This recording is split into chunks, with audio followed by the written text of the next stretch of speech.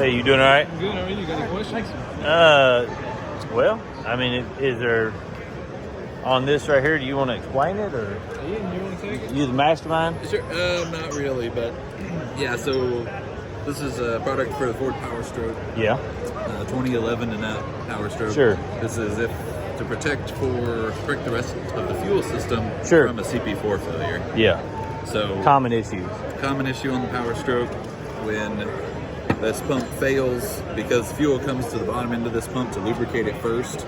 Then it comes up through the metering unit and into the pumping elements, and then goes out to the rest of the fuel system. So Yeah. when you have a failure on the bottom end that starts to make metal, that metal gets out to the entire fuel I've system. seen a lot of these happen.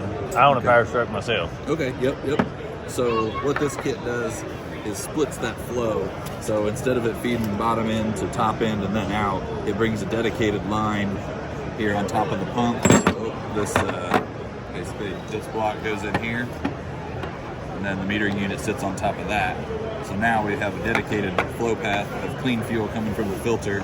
That's what is going to the pumping elements, and then the factory line is still hooked up and feeds the bottom end of the pump to lubricate. So, and then the fuel that's in. So basically, there's no way to bypass when something does shrapnel or. When the bottom end starts to fail, that return fuel is going back to the tank, and we filter the fuel going back to the tank through here, so that if the pump does fail, we're catching any of the metal shrapnel before it gets back to the tank.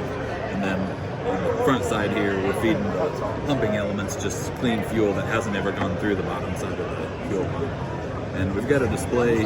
This is here is kind of showing what can happen if the bucket turns 90 degrees, which on the 2011 to 2019 Powerstroke, there's nothing stopping it from turning other than there's some down pressure, so it wants to stay straight, but it can turn and groove it out like that, or the roller can just get kind of seized in here and just skid along even without turning, and that can also be what basically causes the failure.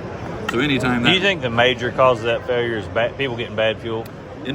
Most cases, Because yes. that's what I've seen too. It seems like 90% of them, people are getting fuel from tanks that aren't used as much or things of that nature. And it does give a bad rep because of the disaster that it causes. It ain't like it's just this piece and you're done. Yeah, it's usually a whole $1,200. Yeah, it's yeah. $6,000 in parts. It's and usually a labor, motor 10 most of the labor. time. Sometimes can be a Yeah. motor if it seizes up hard enough to damage the gear train, or sometimes it'll split the case on the pump, which is better than damaging the gear train. But yeah, it can be a fairly catastrophic failure. So Well, let's see the demonstration. yeah, sure. I'll show you this pump. That kit there, disaster prevention kit, we've had available for the past few years. We've made some improvements to it over the years. That one's been in production for about a year and a half. What we just unveiled yesterday is that we've been working with Stanadyne and Pure Power to develop a replacement fuel pump. So Okay. take the CP4 completely off, put a better fuel pump on it.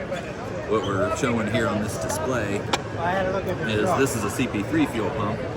In a lot of our Which people love these. Oh, these are bulletproof. This is a great, so Bosch pump, Stanadyne pump. This pump was very robust, no issues, but was pretty expensive for Bosch to manufacture and therefore for Ford and GM to buy. So this is a cheaper pump. Okay. That doesn't have quite as robust of a bottom end, but this is effectively how this system worked on the plungers. You've got this polygon that rides on the cam, so you get very minimal sliding motion. The polygon's just riding in an orbit, pushing the three plungers. Okay. So very robust Let me turn pump that. here. Yep. We can actually turn it here. This will turn it a little more consistently. I see that. So Okay. That's a great pump design there. And then they went to the CP4 starting in 2011 on both the Powerstroke and the Duramax. And with that, you have a bucket and roller here that's riding on a dual lobe cam. A pretty aggressive dual lobe cam at that, and hitting twice every revolution. So you've got a lot of speed here, which is hopefully a rolling motion. But if this roller seizes or just gets stuck and becomes a sliding motion, then you get some pretty severe damage. Yeah, I see that. And this is the start of a failure and then it just gets progressively worse from there until you either get so much metal in the system that you clog the valve in the pump, or that you get the injectors clogged and too much return flow in the injectors, or something along those lines where you lose pressure. So what is the cost? This is your new design? This is the new. Yep, what is the cost to it? Pump. Yep. So the disaster prevention kit, if you just want to split the flow and protect the rest of the system from the pump failure, $400 for the disaster prevention kit. For the new pump kit that we're coming out, it'll be available in probably the May-June time frame.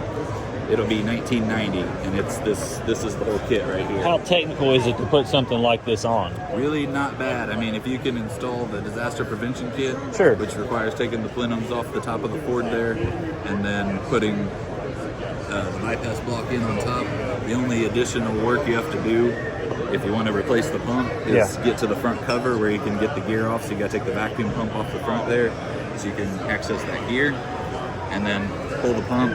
We provide new lines here that'll work for any generation 11 to all the way up to current, as far as your sensors that go in the lines, and you can just reuse your factory sensors here. It's wild to me that you can take this little of a platform and it replaces how much bigger these are. I don't understand why they just didn't. The printing company took forever. They look much bigger.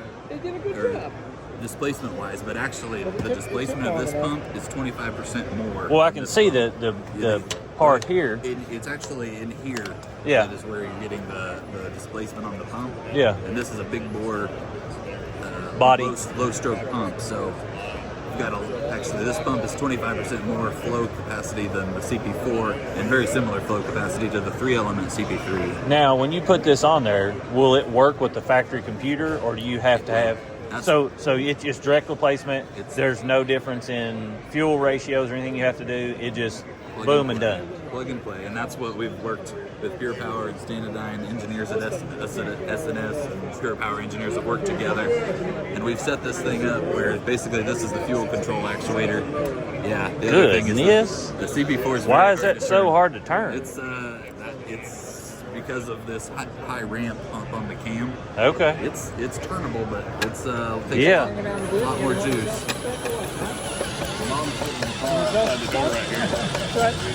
And then here you have the new DCR pump.